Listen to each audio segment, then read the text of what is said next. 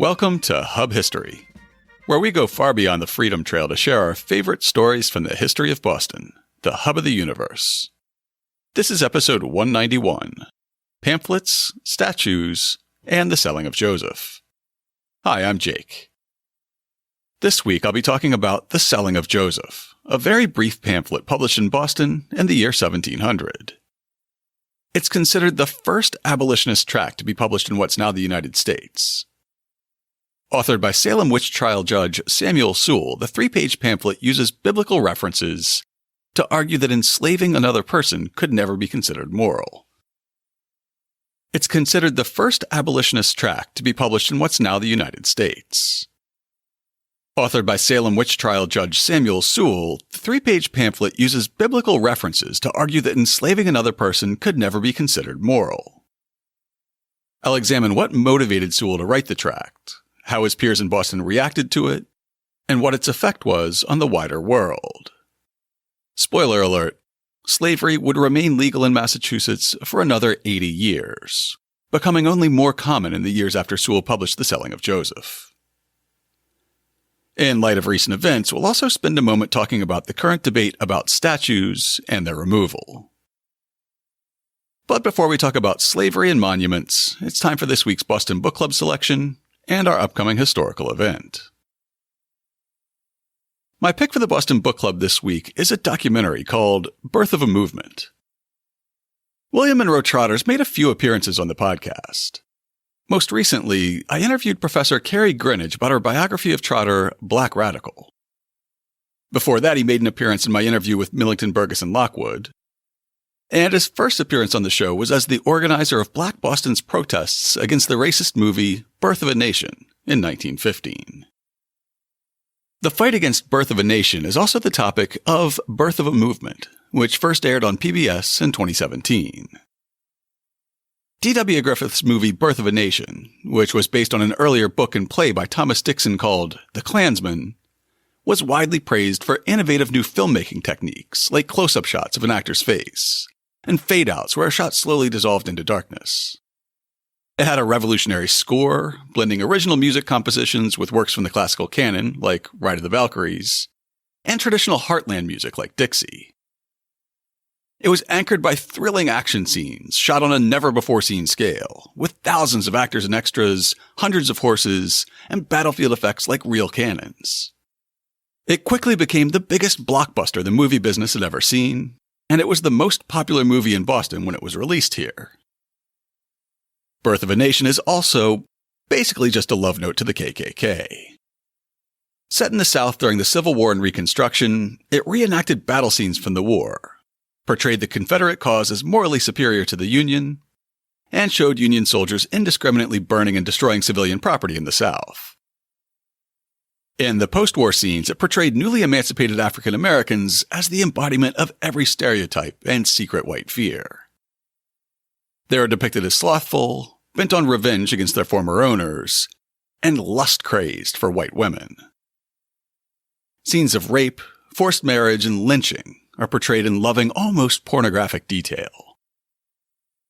Against this chaotic background, the Ku Klux Klan is portrayed as the heroic saviors of white Southern womanhood, and the uniters of white Americans, North and South, in shared violence against African Americans.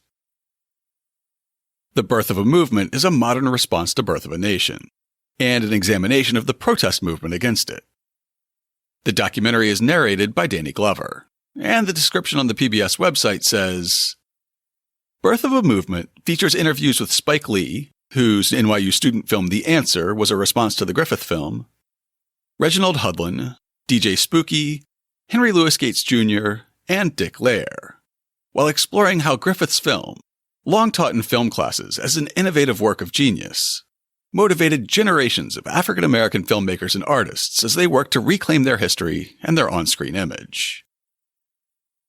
The good news is that Birth of a Movement is now streaming on Amazon Prime Video. We'll include a link in this week's show notes. And for the upcoming event this week, I have a program that's being sponsored by the Brattle Theater, Emerson College, and the Massachusetts Historical Society. Have you ever noticed how many movies set in Boston have a certain feel to them? I'm happy that filmmakers have fallen in love with this city, but if Boston was an actor, it would complain about being typecast. Just seeing the skyline, the State House Dome, or the Zachem Bridge in a movie trailer pretty much guarantees that the reviews are going to include the phrase, a grim and gritty drama about...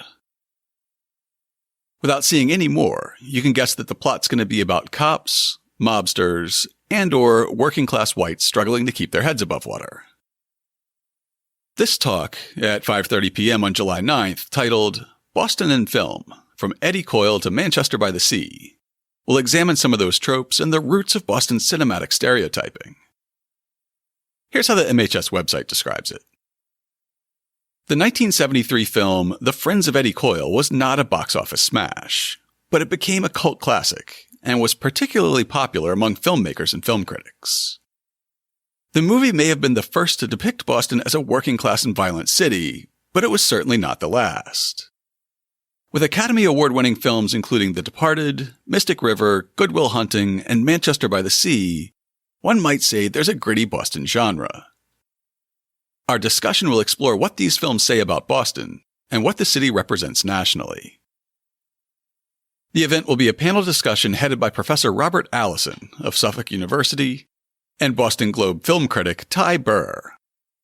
It's an online event, so be sure to register in advance to get the connection details. We also have a bonus event this week, sent to us by the good folks at the Paul Revere House.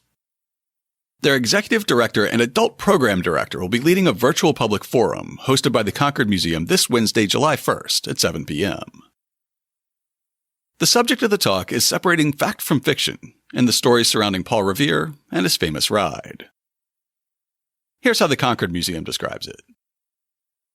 Paul Revere and his midnight ride, immortalized as the harbinger of the dramatic escalation of the American colonial rebellion against the British Empire, has been celebrated in tales and songs throughout the centuries. But what really happened on April 18, 1775? Experts shed light on the legendary ride and the man behind it, revealing the fascinating life of a fabled national hero who witnessed the birth of a nation. Editor's note, not that birth of a nation. I know this is short notice, but be sure to reserve your tickets from the Concord Museum. The suggested donation is $10. We'll have the links you need for both events in this week's show notes at hubhistory.com/191. Before I start the show, I want to pause and say thank you to our Patreon sponsors. I get a kick out of researching and writing these shows, and now thanks to the Boston Preservation Alliance, I can even claim that Hub History is an award-winning podcast. The best thing about podcasts is that they're free to download and enjoy, even Preservation Achievement Award-winning podcasts. Unfortunately, podcasts are not free to produce. Every month we pay for web hosting and security, podcast media hosting, transcription, and audio processing tools. Our sponsors make all that possible by signing up to give us $2, $5, or even $10 a month. If you'd like to join them, just go to patreon.com/hubhistory or visit hubhistory.com and click on the Support Us link. Thanks again to everyone who helps us make Hub History. Now it's time for this week's main topic. A note on language as we get started today. I replaced the N-word in my 17th and 18th century sources with the word slave, since none of those sources were referring to free African Americans. I left the rest of the racial language unchanged, including primary sources from Puritan Boston and quotes from articles written in the 20th century, both of which use terminology that's considered somewhat offensive today. I've been amazed to see Confederate statues across the South falling as part of the protest movement sparked by the murder of George Floyd. Despite all the backlash against them in recent years, I believe that these monuments to white supremacy would outlive me. The sudden rush to take them down is, as always, accompanied by cries that doing so is erasing history. As the descendant of Confederates and slave owners, I can tell you that this is just not the case. The lost cause narrative that those statues glorify is a perversion of true history. There's an accompanying cry that it's not fair to judge historical figures by today's standards. That Confederate generals like Robert E. Lee, whose statue in Richmond is likely to come down, simply didn't know any better. They were products of their times. Well, they may have been products of their times, but that doesn't mean they shouldn't have known better. Robert E. Lee and Angelina Grimke were born 2 years apart. On slavery, Lee said, "The blacks are immeasurably better off here than in Africa, morally, socially, and physically. The painful discipline they are undergoing is necessary for their instruction as a race, and I hope will prepare and lead them to better things."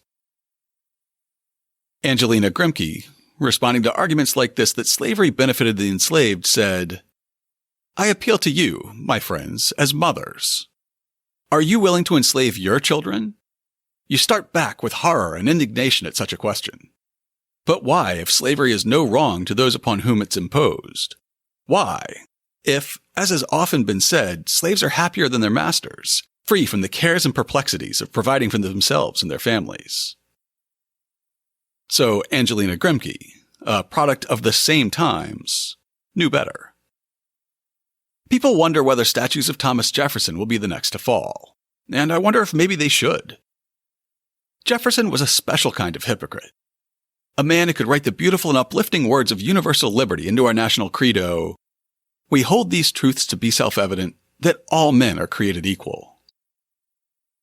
That man also enslaved hundreds of black men, women, and children, and he famously had a sexual relationship with an enslaved woman who had no power to withhold consent. So he knew better, but he went on enslaving people anyway. The beautiful plantation at Monticello wasn't supported by sales of tobacco. In a 1795 letter, Jefferson said, "A nailery, which I've established with my own Negro boys, now provides completely for the maintenance of my family, as we make from 8 to 10,000 nails a day." Even that belies the brutal truth behind Thomas Jefferson's lavish lifestyle. The profitable product of Monticello wasn't even nails. It was the black children, who he forced to work in his nailery and learn the trade of making nails, then sold to other planters who wanted to start their own nail-making operations. Sure, Thomas Jefferson was a product of his times, but so was Abigail Adams. The two founders were born 1 year apart. While Thomas was happy to live on the money he made by selling enslaved children, Abigail was writing, "I wish most sincerely that there was not a slave in the province. It always appeared a most iniquitous scheme to me. Fight ourselves for what we are daily robbing and plundering from those who have as good a right to freedom as we have." Of course, the black people who were kidnapped and enslaved always knew that slavery was wrong, from the first Africans enslaved in Virginia in 1619 and in Massachusetts in 1638, to the reading of the Emancipation Proclamation to the last enslaved residents of Galveston, Texas, on June 19, 1865. It's hard to say exactly when white Americans began to recognize the evils of slavery. Judge Samuel Sewall of Boston may have been one of the first. He was certainly the first to publish his opinion. When I was writing this episode, I almost forgot to introduce Samuel Sewall, because he's become so ubiquitous in past episodes of the podcast. Whenever I need a primary source about something that happened in Boston in the late 1600s or early 1700s, Samuel Sewall's diary is the first place I look. In many ways, I think of him as the last Puritan. He came to Massachusetts as a child as part of the original Puritan Great Migration, went to Harvard, and became a prominent merchant, politician, and jurist in Boston. He lived until 1730, meaning that long after most of the Bay Colony had moved on from the strictest forms of Calvinism, Sewall still took great pleasure in reprimanding his fellow Bostonians for celebrating that famously pagan holiday, Christmas. Samuel Sewall may have been forgotten by history except for one thing. In 1692, he served as a member of the Court of Oyer and Terminer that heard the Salem witchcraft trials. He was the only judge to later apologize for his role in them. We might not have ever learned Samuel Sewall's beliefs about slavery without a man named John Saffin. Writing in the Journal of Early American Literature in 1994, Albert J. von Frank said, "John Saffin has two quite distinct reputations. To students of American literature, he's known as one of the most important minor poets of 17th century Massachusetts and an accomplished writer of elegies.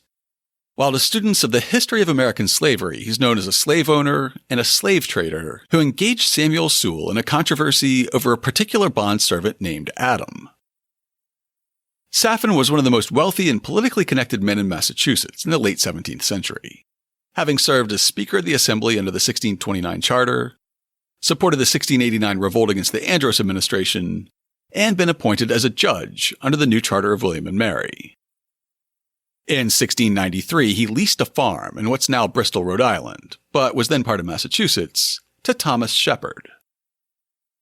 Along with the farmland and the buildings, Shepard was leasing a black man named Adam. Von Frank says, in the spring of 1694, Saffin drew up an instrument which limited his claim to Adam's services to a period of 7 years, a period clearly meant to run concurrently with Shepard's tenancy and identical to the conventional term of indentured servants. Adam's status under this contract was unclear and open to interpretation, because although hereditary slavery was common in Massachusetts by 1693, and had been since 1638 as we discussed in episode 74, there was little underlying legal framework for the institution.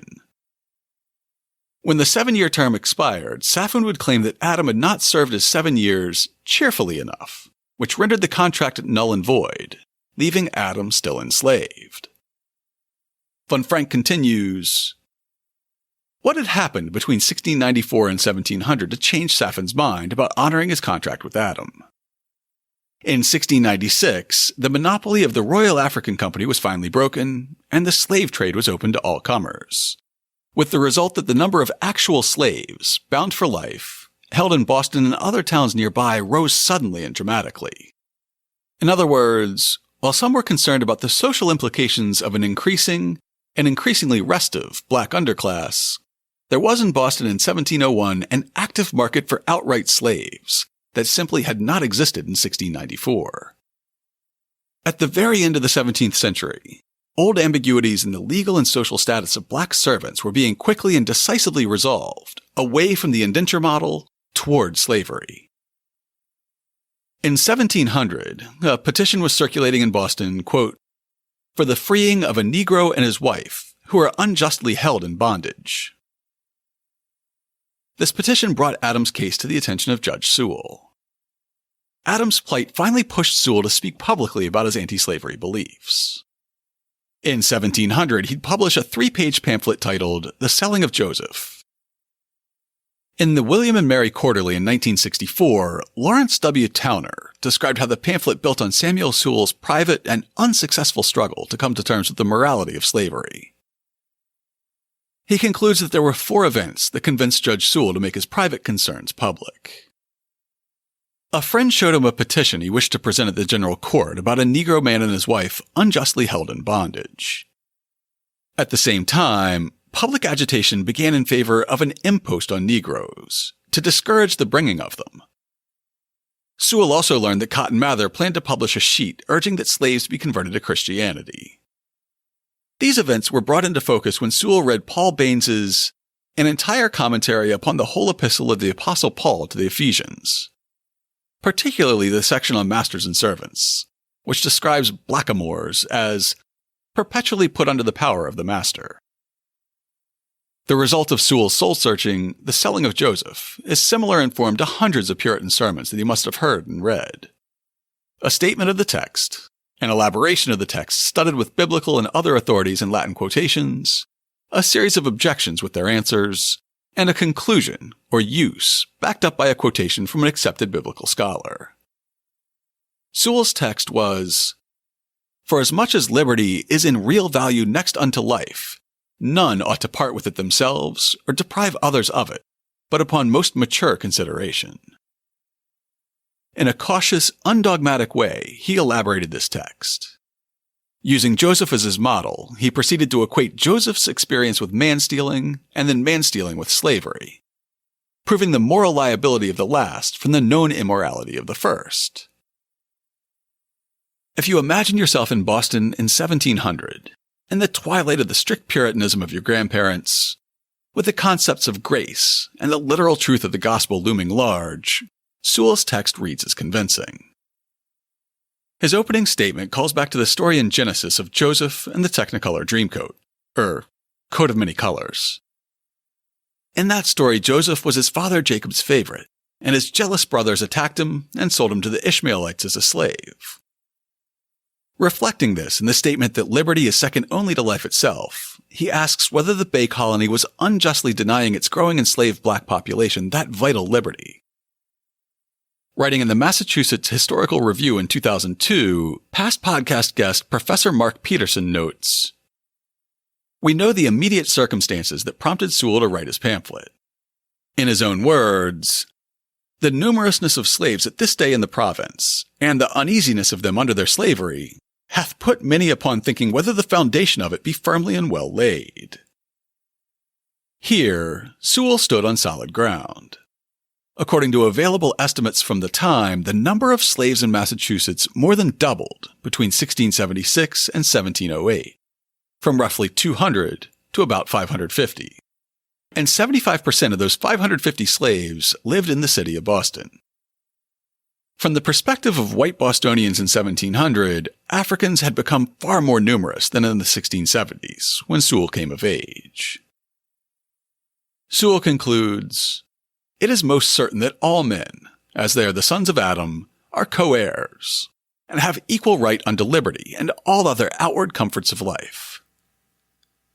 Soon, Sewall turns to the current practice of slavery in the colony, saying, "'Tis pity there should be more caution used in buying a horse, or a little lifeless dust, than there is in purchasing men and women, when as they are the offspring of God, and their liberty is more precious than gold. And seeing God hath said, He that stealeth a man and selleth him, or if he be found in his hand, he shall surely be put to death. This law being of everlasting equity, wherein man-stealing is ranked amongst the most atrocious of capital crimes. What louder cry can there be made of the celebrated warning, caveat emptor?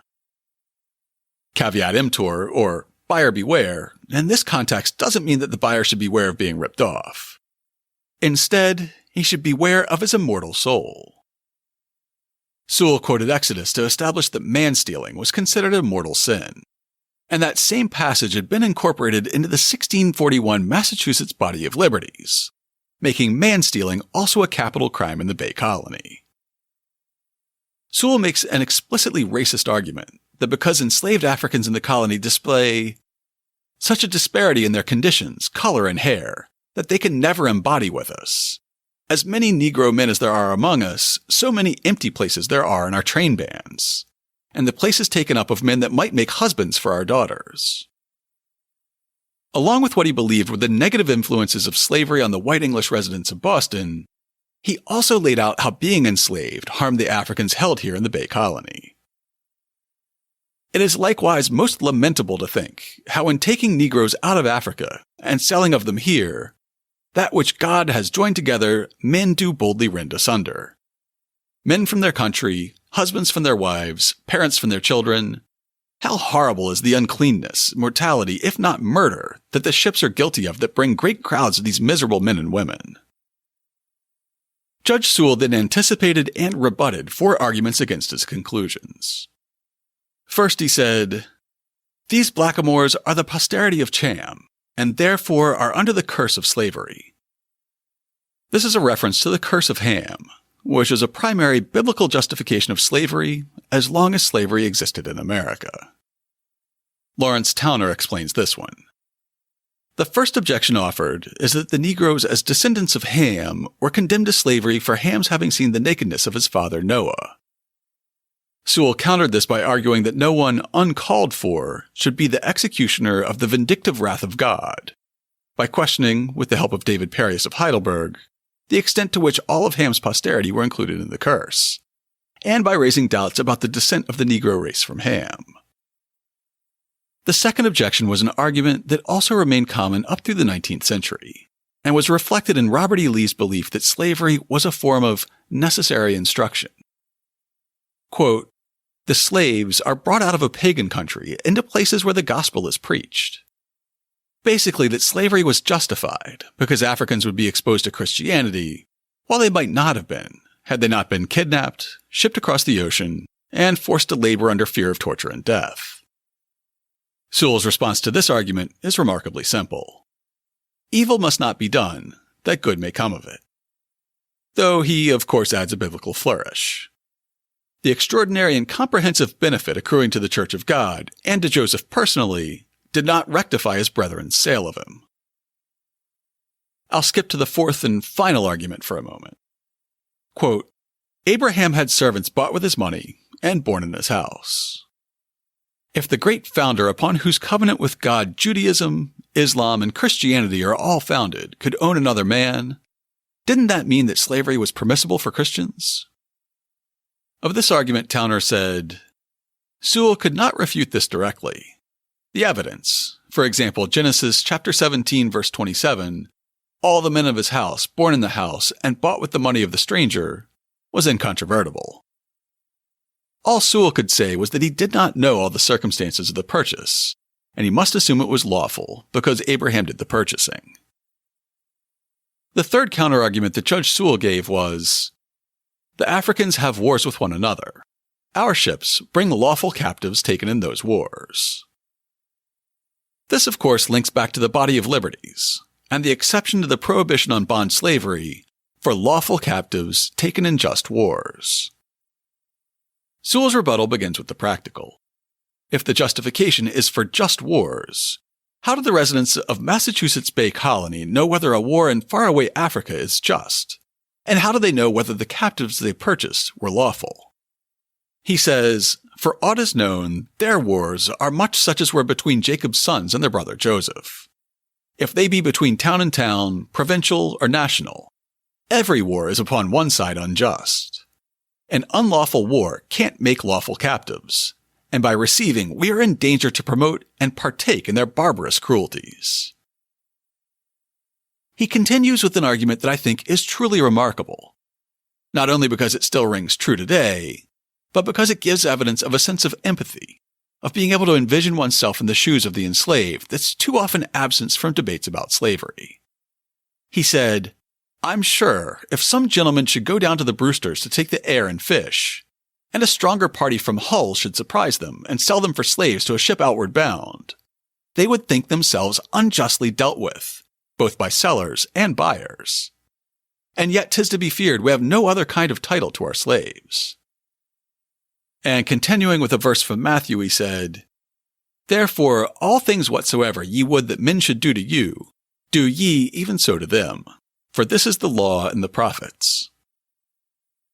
It's this ability to see oneself reflected in the faces of the enslaved that was missing from Thomas Jefferson's boasting about paying for Monticello with black children who knew how to make nails, from George Washington's relentless pursuit of his enslaved cook Ona Judge, who escaped to New Hampshire, or from James Madison's proposal for a 3/5 compromise.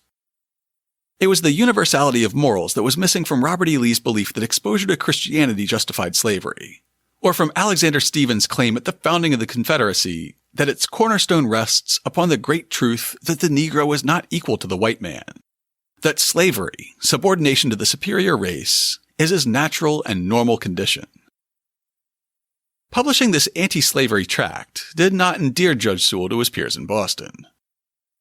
Though Cotton Mather did not enslave anyone yet in his household, Onismus, who would teach him the African tradition of inoculation against smallpox, was a gift from his congregation 5 years later, Mather was deeply invested in the concept of slavery as a way of Christianizing Africans. He'd publish a book on the concept in 1706, after enslaving Onismus. Mather would react violently to the selling of Joseph, as described by Lawrence Towner.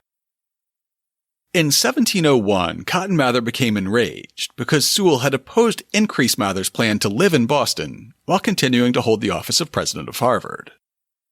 In cowardly fashion, Mather berated Sewall not to his face, but through Samuel Jr., then only an apprentice.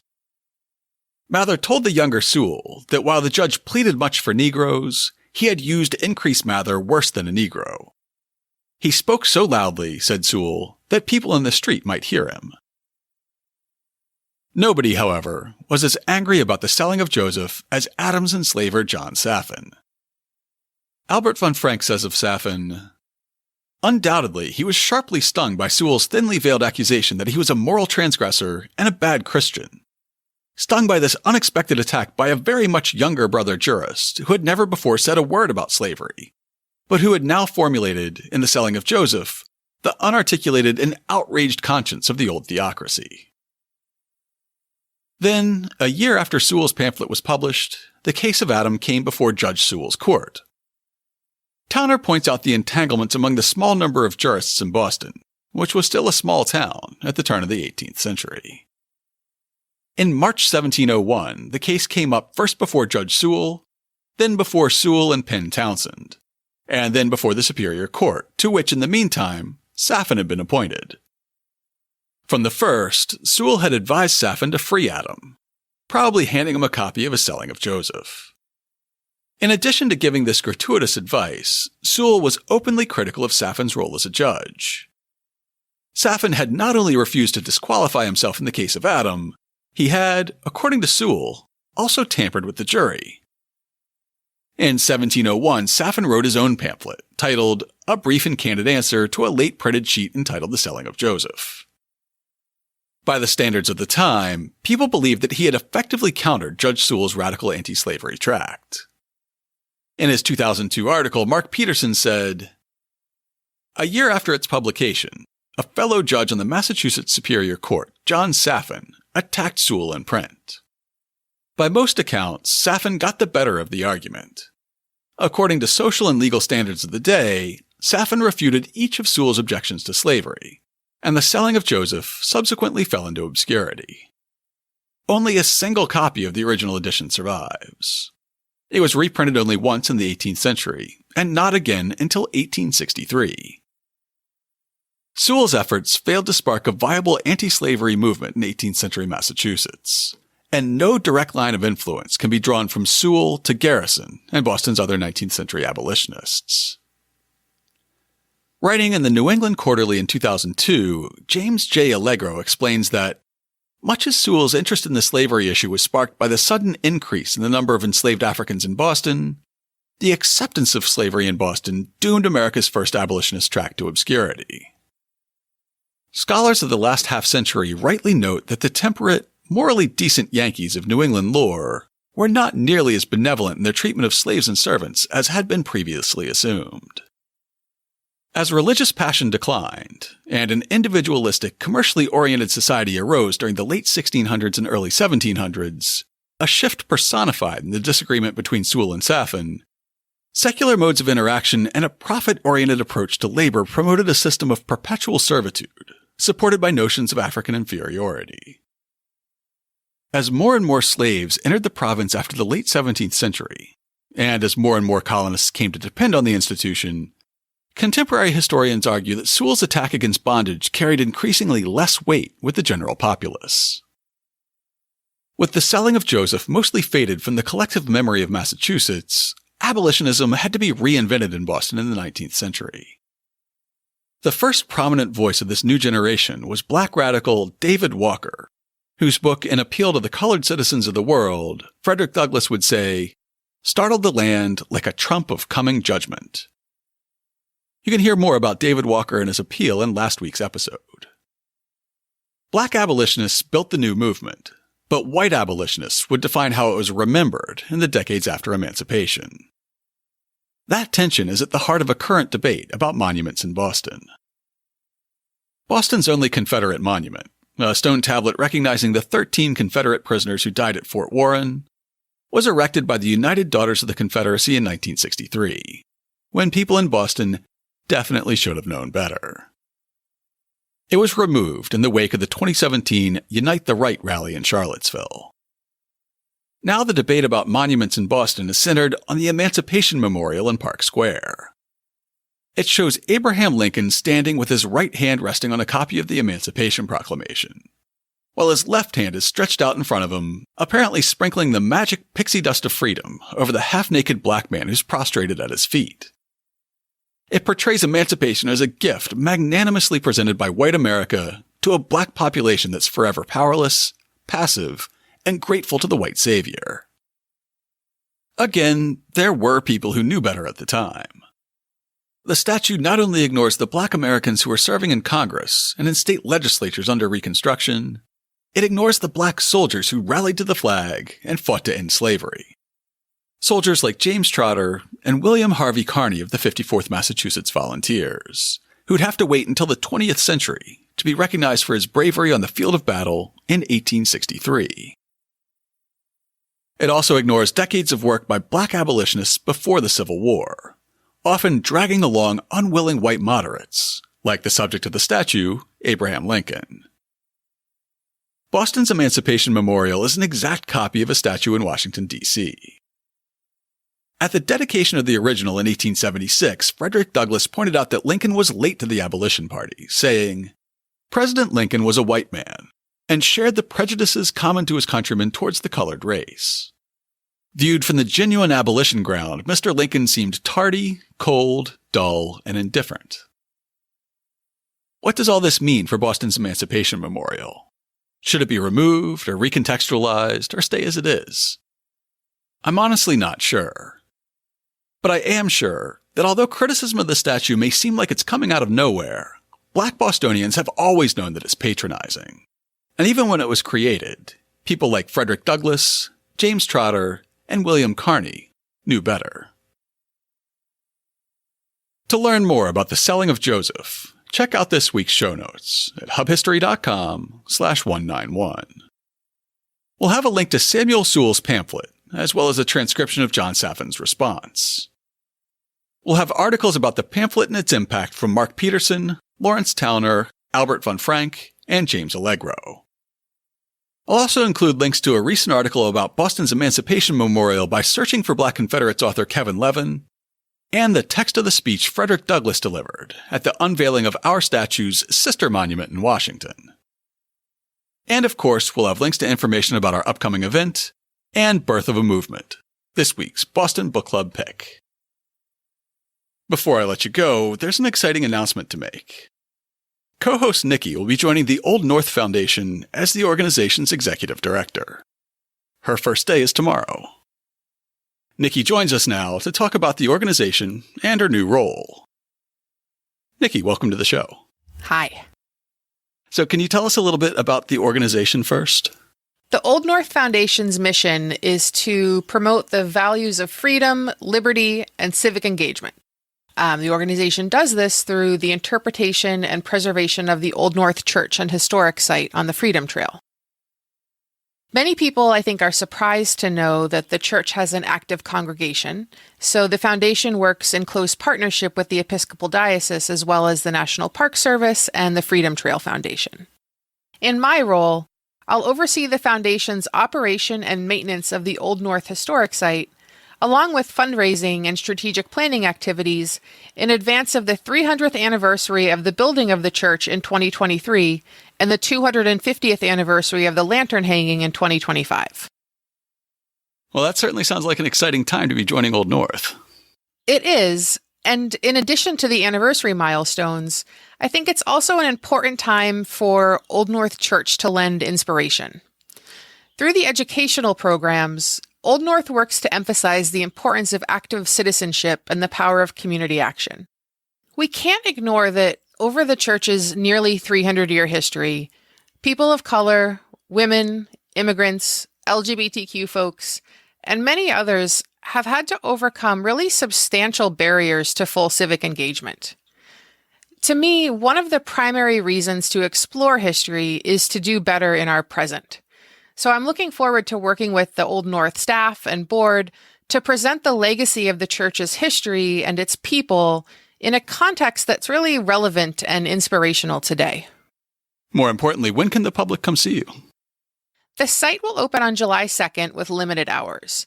We're finalizing the details and plan to announce the full schedule soon. And, this summer is really going to be the summer of the staycation. So I hope that people will follow us on social media, will check the Old North website, and come see us soon. So most important of all, what does your new job mean for the podcast? Well, I think that my new job means that I am officially leaving the podcast, which, our listeners know I have not been very active lately because of other changes that were happening in my work life. But in taking on this role and knowing what the summer is going to look like, I think I will be stepping back. Well, I hope we can convince you to come back as a guest every once in a while, maybe when there's something exciting happening at Old North to share. I think we'll be able to do that. Well, Nikki, thanks for joining me today. Thank you. If you'd like to leave us some feedback, you can email us at podcast@hubhistory.com. We're Hub History on Twitter, Facebook, and Instagram.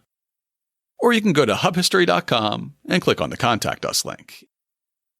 While you're on the site, hit the subscribe link and be sure that you never miss an episode. We're in all your favorite podcast apps, including Spotify, Google Podcasts, Stitcher, Pocket Casts, Player FM, and many more. Stream the show every Sunday night at 8 p.m. on bostonfreeradio.com. You can also listen on your favorite smart speaker. If you have an Amazon Echo, just say, "Alexa, play the Hub History podcast."